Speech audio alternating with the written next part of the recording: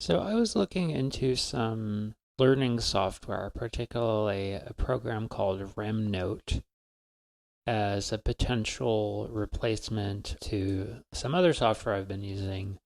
And on a video describing how to use that software, somebody mentioned this guy, Ali Abdaal, as like some sort of productivity or learning guru. And so I haven't really checked him out yet, but in the course of starting to check him out, I came across this video, which was a critical video of Ali Abdaal by this guy. I think it's Darius, maybe. Apologies if I'm messing that up, Darius. Regardless, I didn't even get through this video, but the very beginning of the video had some content that I thought was worthy of comment.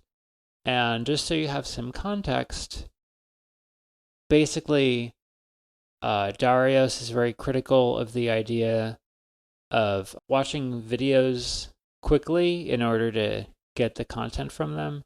And he seems to maybe be just a bit against doing stuff really quickly and efficiently in general.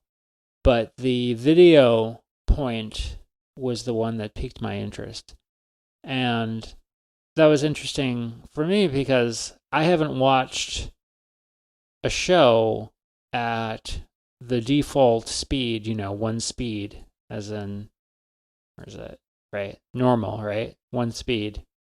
I haven't watched a show, like a television program, at one speed in I don't know how many years. I would say probably at least 10, if not more. I wouldn't not watch nearly as many shows as I do, and I don't watch many actually these days. But it would be even less significantly less, I think, if I had to watch them at one speed. And that used to be the only option, but with YouTube and Netflix and all the options that you have to watch things, you can choose how quickly you want to watch stuff. And then also with subtitles, it can make things a lot easier to follow even at higher speeds. So I'm going to let the beginning of the video that's the relevant part for what I want to talk about of Darius's run. I'll intersperse a couple of comments as we go along, but then I'll sort of save my case for after he's laid out his criticisms. So it's going to be by way of more of a rebuttal. Okay. Dr. Ali Abdaal has reached 2 million subscribers this week and is easily the most popular YouTuber in the infamous productivity sector. I personally am not as hostile towards all that productivity stuff as the title seems to suggest.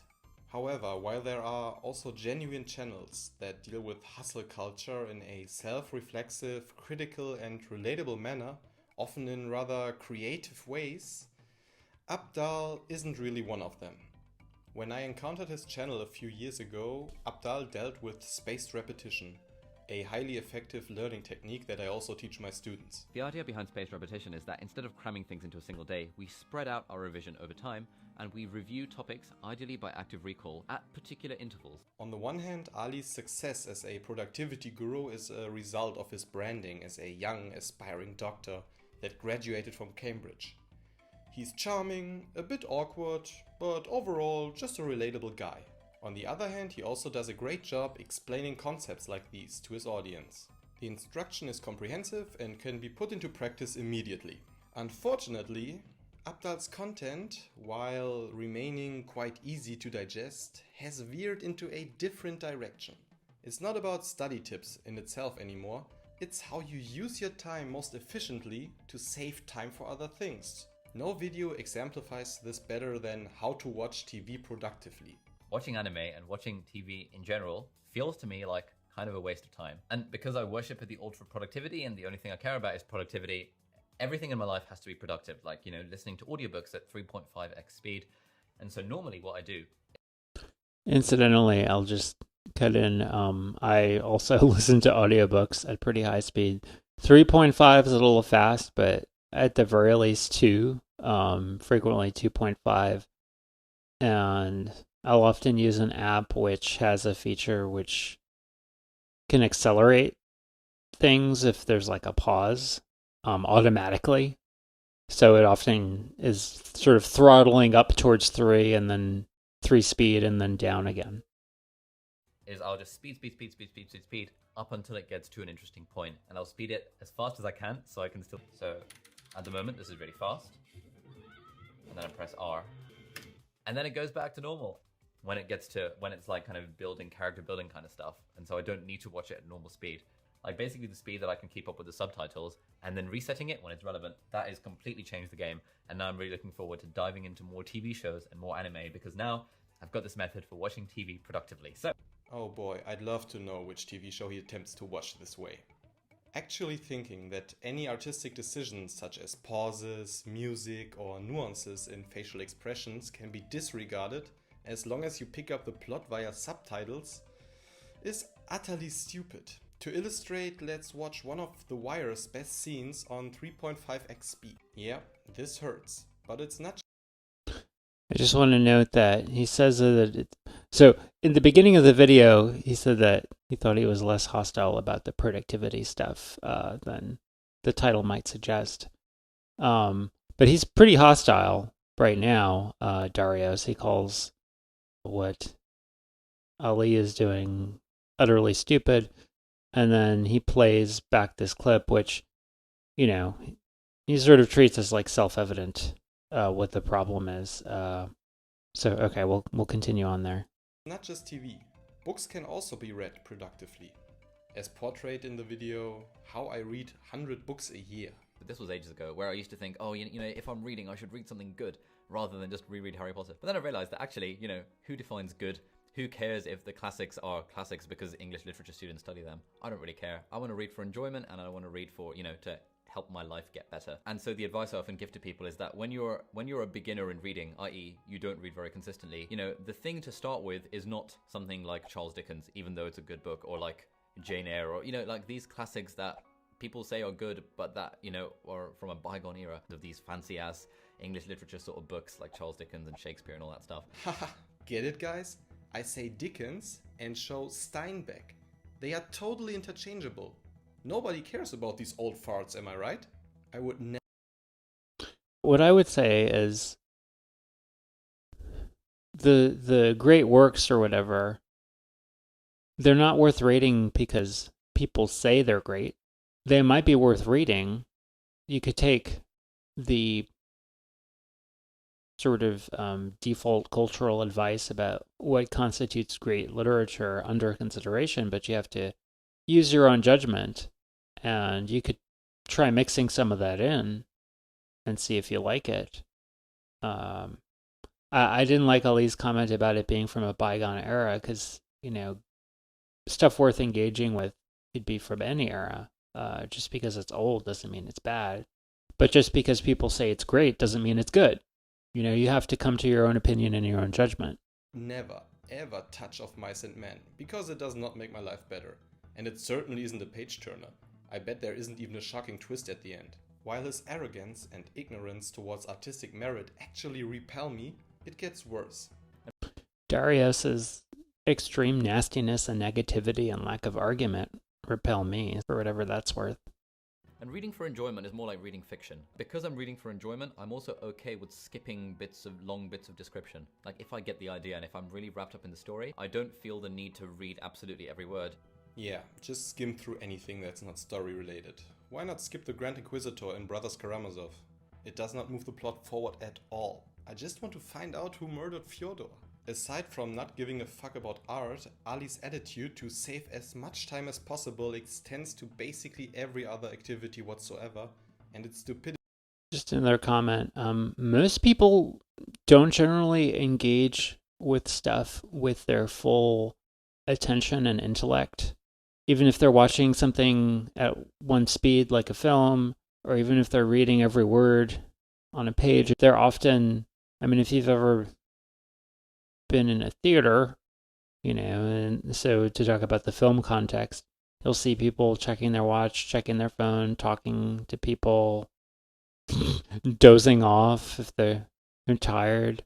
And often people try and read and then their thoughts drift and they think about their day that happened or their day to come or their just other problems or things going on in their lives, and then they have to find their place again. And I have found personally that going through stuff faster, speeding it up, often helps keep my attention because there's more content coming at me, so there's more to draw me in. Stupidity never ceases to amaze. Now, having a ridiculously fast typing speed is one of my superpowers in life, and I think anyone can become at least twice as productive if you just improve your typing speed. Guys, your word per minute count was what held you back from finishing that term paper. Not being, distracted or actually contemplating which phrase to use.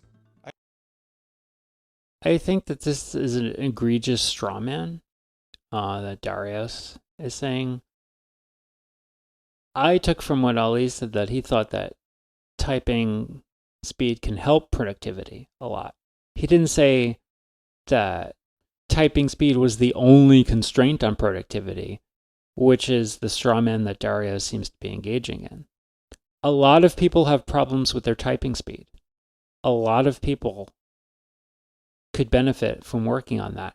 I have personally worked on improving my typing speed and particularly my typing accuracy as an adult, and I think that it is helpful.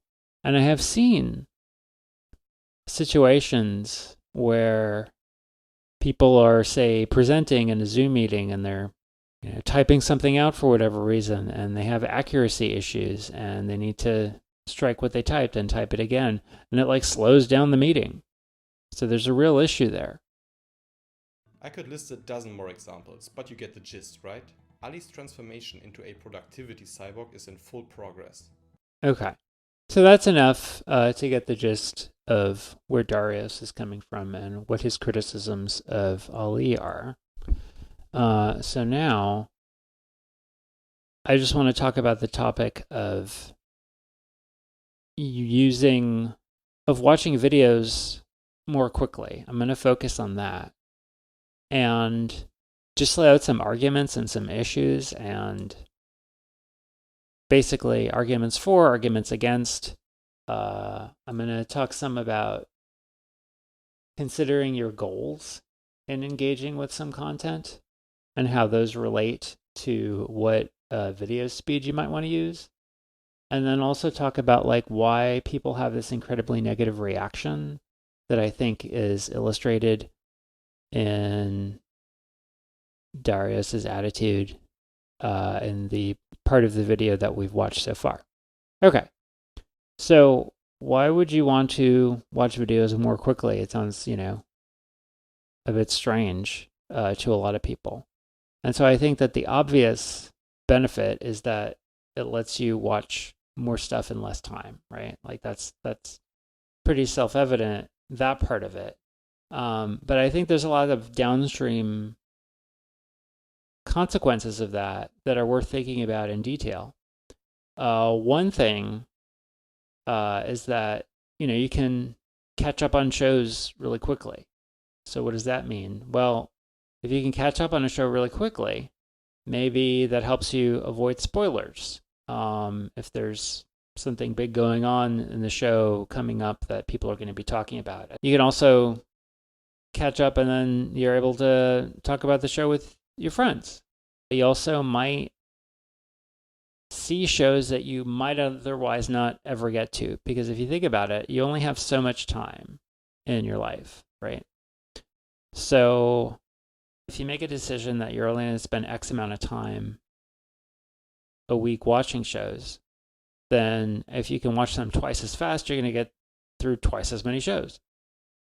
If you can get through twice as many shows as you would otherwise, then you're going to see some shows that you would never have otherwise seen. You would just never see them in your life. They would just be not a part of your life. And if you can watch them faster, then they're a part of your life. Another point that, and these are sort of building on the same idea, but if you can watch shows quickly, it reduces the cost of trying out new stuff. You give a show that's out of your typical comfort zone a real try, and if a season would normally be like, 10 hours or 12 hours to watch, then it's only 5 or 6, and maybe you like it or maybe you don't, but either way, it's not so big of an investment. And then something which I mentioned earlier, which is if you're watching stuff sped up, it can actually help you focus more, because if the content is coming at you pretty fast, then you have to sort of be more engaged in order to pay attention, and so you have less of a tendency to drift. And so then what are the arguments against this apparently great thing of watching shows quickly? And so we saw some from Darius in terms of missing artistic stuff. So a show might have meaningful choices, to have silences, pauses, a certain slow pace. And I don't want to dismiss this. I think there's a real concern there, and I'm going to address it. I think it's best addressed at like a more of a meta issue, so I'm going to talk about it when I talk about goals. One point that I'll make for right now is that, and this is just my subjective experience, you get better at picking up pauses if you get used to watching stuff faster. I noticed this watching Family Guy. They often have gags where the joke is just like a really, really long, awkward pause. And I noticed after having watched a bunch of TV at high speed that like my sort of trigger, or the point at which I would register a long pause being awkward, seemed to be getting faster. And I noticed that in the context of Family Guy, since it's like one of their running gags. So another example of an argument against watching videos quickly would be that you might instead of missing artistic stuff, you might miss content. You might miss dialogue, what's happening in a scene, like you might miss the actual stuff. Now that's a real concern, but as I think, you sort of saw just in the video we were watching, subtitles can help a lot in terms of following what's going on. And if you use keyboard shortcuts, again, that was illustrated in what Ali was talking about, you can adjust quickly, and that's important, because if you can adjust quickly, then that lets you, slow down, and you can also use keyboard shortcuts if you need to back up a bit in order to, to follow what's going on. And again, this is a minor point, but in my personal experience, if I mishear dialogue, it is not an issue with the content being sped up. Like if I slow it down all the way to normal speed, I still can't make out what's being said. Another issue is that it might make it harder to watch stuff with your friends, because watching stuff at one speed, you get bored, and so if they're not used to watching stuff faster, and you're the one who's trying to slow down for them, that could be a problem. Again, there's a real concern there. I would suggest that, given that that's an issue, maybe it's, worth reconsidering the activity. Like maybe it's better if you just each watch the show at the speed you can watch it, for, like if you watch it at 2 and they watch it at normal speed or 1.5 or whatever, and, you talk about it after. So now I'm going to talk about goals, and I'm going to hit that artistic point a little bit. So not everybody has the same goals in watching a show or engaging with some other content. And the goals that you have could encompass very different, a big difference in the level of effort that you bring to the content, and it could involve different speeds at which you engage with the content. So let me talk about some examples. So someone could, here's one example. Someone could just want to watch a show or movie series or whatever, catch up on it so they can go see the latest new thing that's coming out with their friends and have some clue what's going on. They don't care about appreciating every artistic nuance in whatever it is. That's not part of their goal. They just want to be able to follow it and talk about it with their friends. That's what their goal is. For that goal, watching videos at high speed is useful. And I would say it's okay for them not to care about appreciating all the artistic nuances. That's fine. That's reasonable. That's valid. They get to choose how to engage with the artistic content in the context of their life. Now, regarding that, you might say, well, why not just read a summary if you're going to do that? Summaries, like, they have their role, and I've used them more to remind me of stuff I've already seen, but it's been a while and a new thing came out. I've used them more as that than like as a substitute for engaging with the stuff myself. But they're summaries, so they leave a ton out. You miss a lot more than the artistic nuances. You miss like 95% of the stuff. They're often written by fans. They can be confusing. They can be erroneous. And so they're not great. Watching stuff at high speed, you get way more of the content, than reading a short, typical summary. So another goal somebody might have is they just want to have something on in the background while they mostly do other stuff, just kind of background noise. For that goal, speed doesn't really matter. Someone could have the goal of appreciating carefully all the artistic nuances of whatever program it is.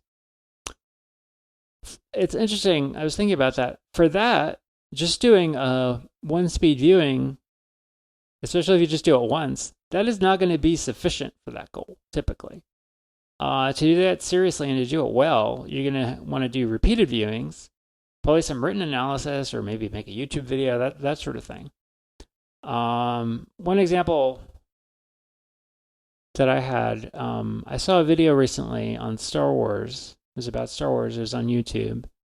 And it was this whole analysis of sort of George Lucas's visual style and the intentional decisions that he made, the intentional opinionated decisions about, what sort of stuff to have in the foreground and the background and all that kind of stuff, in order to give Star Wars its unique visual style.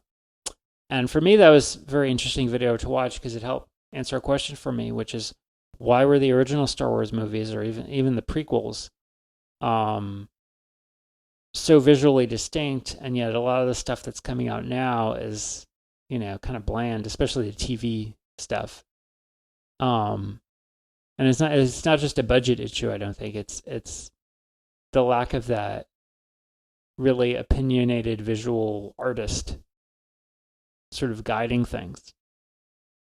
And so that was interesting for me to learn about that.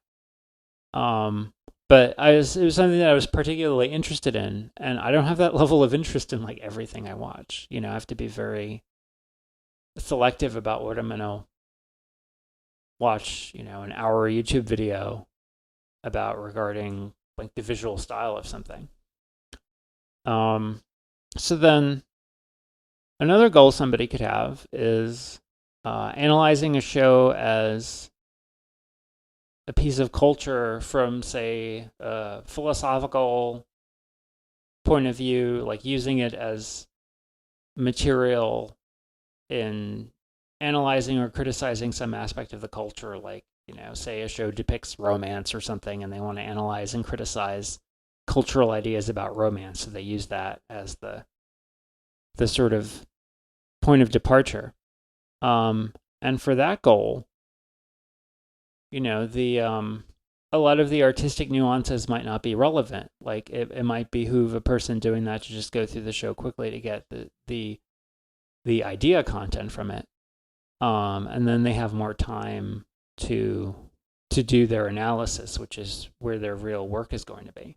So the last main point that I want to talk about in the video is, why do people react so negatively to some guy watching, anime more quickly? Like, there's something kind of intolerant about people's reaction to it that I find interesting. And I want to make it clear, I'm not trying to psychologize Darius. I'm really not, because I don't know him. I've watched like 5 minutes of one video of his. I have no context for him, other than a couple things that he said, which seemed kind of hostile to me. But I don't want to go off on a big whole riff about his psychology in particular, because I really don't know. And he actually said some things, including in the comments, that maybe he's more of like a moderate, and this just really ticked him off for some reason. So I don't know. So I'm not trying to psychologize him. But I think that he has an attitude which is common to a lot of people, and some of those people are going to fall into some of the buckets that I'm going to lay out in terms of what's driving their attitude. But again, I'm not trying to psychologize him in particular. It's just his video is the point of departure for my analysis, though. So one thing is, I think maybe people feel insulted by implication somehow. And one of the implications that I think they take objection to is that someone else feels that their time is so important that they need to save time on even stuff like TV shows. They want to save time on. And people think that's like arrogant. And I disagree with that. I think that everyone should treat their time as important. I don't see the benefit or upside in living as if your time or your life are unimportant. Another thing is that people feel like it's implied that if somebody else is doing stuff efficiently, then they should be doing, meaning the person reacting, that they should be doing the same instead of wasting time and doing stuff inefficiently. Like they feel challenged in some way. And, maybe they should. But as I just laid out, it really depends on their goals. And whether the efficiency that somebody else is achieving in the context of a specific goal is relevant to their context and their goals. So that one, it kind of depends. Like you have to think, well, is this efficient process actually relevant? Would it actually be helpful? You might even have to think, like, what are my goals? Because a lot of people don't know. They just sort of do default stuff. And that can be kind of challenging and uncomfortable to think about for people, like to just sit down and think about, well, what am I doing with my time and my life? Which may be part of what people react to. By the way, the idea of people feeling insulted by implication, or at least the phrasing I got from the Fountainhead, if you're one of the 5 people who watch my YouTube videos when they come out every so often, it should be unsurprising to you that I'm quoting the Fountainhead. But there's a line in there by Toohey, Ellsworth Toohey. A man braver than his brothers insults them by implication. Let us aspire to no virtue which cannot be shared. So, the other point about goals that I wanted to talk about is that people seem to think that there's only certain standard cultural default goals and ways of doing stuff are even valid. I don't think they're very consistent about this. I think maybe they're just biased towards things that are weird. And I do think that watching videos, especially, I'm sort of dirt bike caravan going outside. Okay. So like watching video at 3 speed or whatever, an anime, that's more than a little weird to people. I think that people would generally be less aggravated by somebody watching or reading a summary of a show to catch up than watching it quickly. And I don't think that makes a lot of sense. Because, like I said earlier, you get a lot more out of watching a show even quickly than you do out of reading a summary. So I don't think that's, a logical reaction, but I think it would piss off a lot of people a lot less if somebody just watched summaries or just read summaries than actually watch the show at a high speed. Another thing is that sometimes people think that speeding up lectures is okay, but speeding up something that's artistic isn't. And I don't know if that's like because people generally have a negative attitude towards anything that smacks of being, like school. And so, if speeding up school stuff, that's totally fine. But, art, that's sacred. I'm not sure. But just in general, I think people should be more tolerant of people having different goals. If they think there's a particular issue with watching something sped up in light of the viewer's particular goals, they should raise that. But otherwise, be tolerant. And then just one thing in closing, there was a comment. Yeah. So, Darius, thank you so much for doing this. This kickback against hustle culture is necessary. We're human animals doing human things at human speed. No one needs to optimize our lives for productivity, for God's sakes. Our lives and our lifespan are all we have, right? So, the fact that our lives and our lifespan are all we have, that I agree with, that is a reason to do stuff productively and efficiently, because this is all you get. So, you want to do a lot and do it well.